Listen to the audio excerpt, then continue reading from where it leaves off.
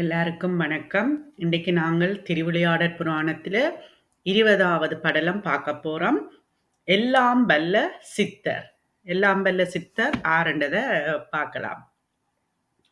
அபிடேக பாண்டியனுக்கும் பாண்டி நாட்டார்க்கும் போக மோட்சங்களை கொடுக்க திருவிழம் கொண்டு சோமசுந்தர கடவுள் ஒரு சித்த வடிவம் கொண்டருளினார். அப்ப அபிடேக பாண்டியனுக்கும் நாங்கள் ஒவ்வொன்றில பார்த்து கொண்டு வாரம் ஒவ்வொரு பாண்டியரை அவற்ற மகன் உண்டு. அப்ப இங்க அபிடேக பாண்டியனுக்கும் அவற்ற பாண்டி நாட்டவர்களுக்கும் போகத்தையும் மோட்சத்தையும் கொடுக்க திருவுளம் கொண்டு யாரு சோமசுந்தர கடவுள் ஒரு சித்த வடிவம் கொண்டு வாரார். அவற்ற உருவ அமைப்பை விவரிக்கணும். அவற்ற வட்டமாகிய குஞ்சி சடையும் விபூதி தரித்த திருநெற்றியும் படிக குண்டலம் தரித்த திருச்செவியும் படிக மாலை தரித்த திருமிடரும் பூநூல் அணிந்த திருமார்பும் விபூதி பொக்கணம் தூக்கிய வலத்தோளும் யோக பட்டம் தரித்த இடத்தோளும் கட்டுவாங்கத்தையும் இடையிடையே பொன் கட்டிய பிரம்பையும் தரித்த இரு கைகளும் தரித்த திருக்கைகளும் புலித்தோலை அரை ஞானம் புலித்தோல் அரை ஞானம் புலித்தோல் கௌபீனமும் புலித்தோல் அரை ஞானன்றது நான் முந்தியம் விநாயகர் ஹவல்ல சொல்லி இருக்கிறேன். அரணாக்கொடி என்று நாங்கள் சொல்லுவோம் எங்கட பாஷையில. மற்றது கௌபீனம்ன்றது உங்களுக்கு தெரியும், துறவிகள் இதென்று. அப்ப புலித்தோல்ல அரை ஞானையும் புலித்தோல்ல கௌபீனமும் புலித்தோல் உடையும் உதர பந்தனமும் கிண்கிணியையும் சிலம்பையும் தரித்து பாதுகை மாட்டப் பெற்ற திருவடிகளும் திருப்புன்முறுவலோடு குருவேர் அரும்பும் திருமுகமும் உடையராகி கடை வீதி தெரு. அப்ப இப்படியான அமைப்போட யாரு சிவபெருமான் சித்தராக இவ்வளவு அமைப்பும் அவரை வர்ணிச்சிருக்குத்தானே, அந்த அமைப்போட வாரார், வடிவம் கொண்டு வாரார். எங்கெங்க வாரார்? கடை தெருவீதி, நாட்சந்தி, குளிகை, உபரிகை, மாளிகை முதலிய இடம்தோறும் செல்வார் ஆயினர். இப்படி எல்லா இடங்களுக்கும் அந்த சித்தர் வடிவம் தாங்கி வாரார். தெற்கே இருப்பவர் போல வடக்கே போயிருப்பார், தெற்கே இருப்பவர் போல வடக்கே போயிருப்பார், கிழக்கே இருப்பவர் போல மேற்கே போயிருப்பார், யாவரும் தேடி காணா வண்ணம் மறைவார். அப்ப இப்படியெல்லாம் சித்துகள் செய்வார், யாரும் தேடி காணாமல் மறைஞ்சிடுவார். அதி தூரத்தில் உள்ள பர்வதத்தை அதி சமீபத்தில் வருவிப்பார். அப்ப தூரத்துல இருக்கிற பர்வதத்தை பக்கத்துல அதி சமீபம்ண்டா கிட்டவா வருவிப்பார். அதி சமீபத்தில் உள்ள பர்வதத்தை அதி தூரத்திலே போக்குவார், கிட்டவா இருக்கிறத தூர போக்குவார். பர்வதம் என்றது மலை,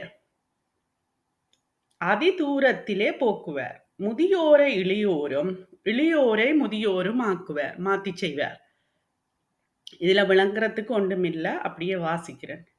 ஆணை பெண்ணும் பெண்ணை ஆணும் ஆக்குவார், மெலடியை பிள்ளை பெறுவிப்பார். ஏனென்றா மெலடிக்கு குழந்தை கிடைக்காத, அப்ப அவற்ற சித்தால வருகுது. கூன் செவிடு ஊமை குருடு முடங்களை தீர்ப்பார். இப்படியான குறைபாடுள்ளவர்கள் எல்லாத்தையும் தீர்த்து வைப்பார். வெள்ளி செம்பு இரும்பு ஈயம் என்னும் 4 லோகங்களையும் பொன்னாக்குவார், எல்லாத்தையும் பொன்னாக்குவார். செல்வர் வீட்டு பொருள்களை எல்லாம் வறியவர் வீட்டில் எய்துவிப்பார். ஒருவரோடொருவர் சிநேகிதராய் உள்ளவர் தம்முள்ளே பகைத்து போர் செய்ய பண்ணுவர். அப்ப செல்வர் வீட்டு பொருட்களை எல்லாம் வறியவர் வீட்டிலே எய்துவிப்பார். ஒருவரோட சிநேகிதமா இருந்தால் அவர்களுக்குள்ளேயே பகையை இதண்ணுவார், பகைத்து போர உண்டாக்குவார். எட்டி மரத்தில் நறுங்கனிகள் பழுக்கச் செய்வார். நீர் வாரா காலத்தில் வைகையாற்றிலே நீர் வருவித்து மீள வற்றச் செய்வார். அப்ப எட்டி மரம் என்று ஒரு மரம் இருக்கு, நீங்க கேள்வி. அது அந்த பழங்கள் சாப்பிட்றதுல கசப்பண்ணி நினைக்கிறேன், அதுல நறுங்கனிகளை பழுக்க செய்வார் அந்த எட்டி மரத்துல. பிறகு நீர் வராத அந்த வறண்ட காலத்துல வைகை ஆற்றில நீரை வருவிச்சு போட்டு பிறகும் வற்ற செய்து போடுவார். ஓடை பொய்கைகளில் உள்ள நன்னீரை உவர்நீரும் கடல் நீரில் உள்ள உவர்நீரை நன்னீரும் ஆக்குவார். அப்ப ஓடை பொய்கையில உள்ள நன்னீரை உப்பு நீர் ஆக்குவார். உவப்பு நீர் உவர்நீர் என்று சொல்றது. பிறகு கடல்ல இருக்கிற உவர்நீரை நல்ல தண்ணி ஆக்குவார். மந்திர கோலை ஆகாயத்திலே வீசி நிறுவி அதன் மேல் ஊசியை நாட்டி அதன் மேற் காற்பெருவிரலை ஊன்றி ஆடுவார். அப்ப மந்திர கோலை ஆகாயத்துல வீசி அதுக்கு மேல ஊசிய நாட்டுவார் வச்சுட்டு அந்த ஊசிக்கு மேல பெருவிரலை ஊன்றி ஆடுவார். அவ்வூசி மேல தலையையும் ஆகாயத்திலே திருவடிகளுமாக சுழலுவார். அப்ப அந்த ஊசி மேல தலையும் ஆகாயத்தில திருவடிகளுமாக சுழலுவார். ஆகாயத்திலே கருடனைப் போல பறந்து மேகத்தை பிடித்து இடியோடு நீரை பிழிந்து காட்டி மீண்டும் ஆகாயத்தில் விடுவிப்பார்.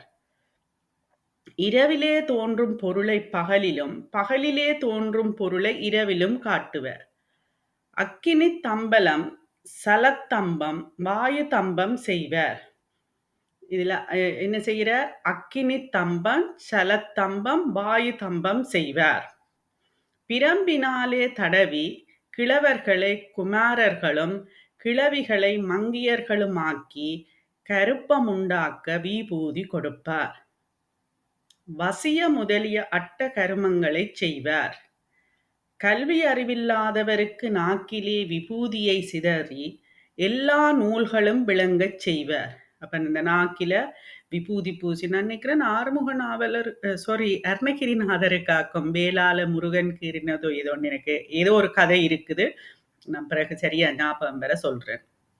அப்ப நாக்கில விபூதிய சிதறியண்டா அதுல போடுறது நாக்கில போட்டு எல்லா நூல்களும் விளங்க செய்வார். யாருக்கு? அந்த கல்வி அறிவில்லாதவருக்கு. மிருகங்களுள்ளும் பறவைகளுள்ளும் மரங்களுள்ளும் ஒன்றை மற்றொன்றாக்குவார். அப்ப இப்படியானவைகளையும் ஒன்றை மற்றதாக்க மாத்தி மாத்தி செய்வார். பாதாளத்தின் சுவர்க்கத்திலும் உள்ள பொருள்கள் அனைத்தையும் மதுரையிலே காட்டுவார். அப்ப பாதாளத்திலையும் இருக்கிறது சுவர்க்கத்திலும் உள்ள பொருட்கள் எல்லாத்தையும் மதுரையிலேயே பார்க்கக்கூடியதாக காட்டுவார். மதுரை நகரத்தார் யாவரும் சித்த வடிவம் கொண்ட சோமசுந்தர கடவுள் இவ்வாறே செய்தருளிய திருவிளையாடலிலே சென்ற தத்தங்கண்ணையும் மனத்தையும் திருப்பிக் கொள்ள மாட்டாது திகைத்து தத்தம் தொழிலை மறந்திருந்தனர். அப்ப இவர் இந்த சோமசுந்தர கடவுள் இப்படி சித்த வடிவம் கொண்டு எல்லா விளையாட்டுகளையும் திருவிளையாடல் எல்லாம் செய்ய அங்கத்தை மக்கள் மதுரை நகரத்தார் எல்லாரும் அதை வச்ச கண் வாங்காமல் பார்த்து தங்கண்ட வேலைகளையே செய்ய மறந்து திகைச்சு போய் அதை பார்த்து இருக்கினான்.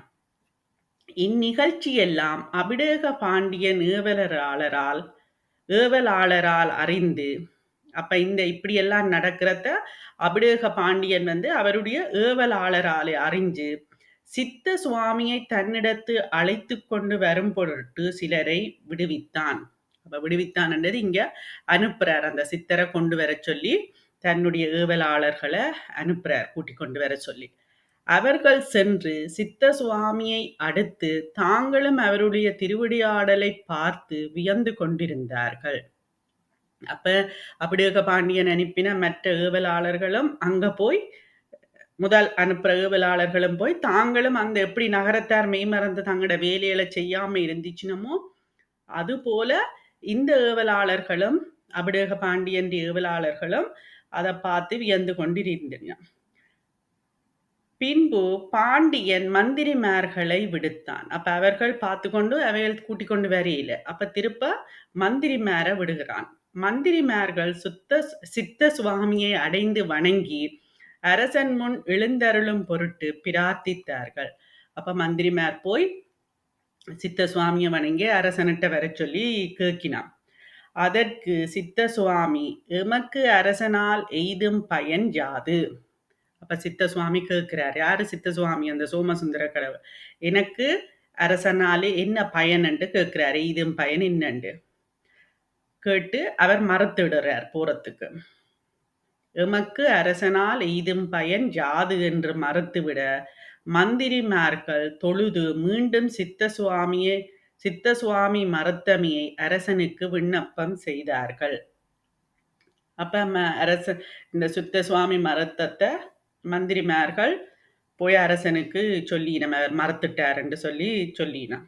அப்ப அரசன் அதுக்கு என்ன சொல்றாருண்டா, சர்வலோக நாயகராகிய சிவபெருமானுடைய திருவருளைப் பெற்று, சர்வலோகத்துக்கும் நாயகரார் சிவபெருமான், அவருடைய திருவருளைப் பெற்று இம்மை மறுமை இன்பங்களை வெறுத்த யோகிகள், சிவபெருமான் திருவருளைப் பெற்று இம்மை மறுமை இன்பங்களை பெறுத்த யோகிகள் இந்திரன் பிரம்மன் விஷ்ணு முதலானோரையும் மதியாரே. இந்த யோகிகள் இந்த இந்திரன் பிரம்மா விஷ்ணுவையும் மதிக்க மாட்டினான்.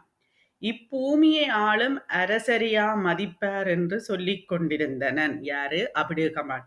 அப்ப அந்த யோகிகள் சிவபெருமான் திருவருளை பெற்ற யோகிகள் இந்த இந்திரன் பிரம்மா விஷ்ணுவை கூடி முதலானோர்ண்டா இன்னும் பெறுது, அவர்களை கூடி அவர்கள் மதிக்க மாட்டினான். நான் அபிடேக பாண்டியன் என்றது நான். அவர் இந்த பூமியைத்தான் ஆள்றார் மதுரையா. அப்ப தன்னியா அரசரையா பூமியை ஆளும் அரசரையா மதிக்க போகிறார் என்று சொல்லி கொண்டிருந்தார் என்று சொல்லப்படுது. இனி அடுத்தது 21வது படலம், கல்யானைக்கு கரும்பருந்திய படலம். இதுதான் சித்தற்ற திருவிளையாடல் பார்த்திருக்கிறோம். அடுத்த வகுப்புல அடுத்த இதை பார்க்கலாம். எல்லாம் வல்ல சித்தர். இவ்வளவு நேரமும் பொறுமையாக இருந்து கேட்டதற்கு நன்றி. இனி உங்களோட கருத்துக்களை நீங்க சொல்லலாம். இதுல தெரியாத சொற்கள் இதுகள் எல்லாம் இருக்குது, அதை நாங்க கலந்துரையாடல்ல பார்க்கலாம். நன்றி.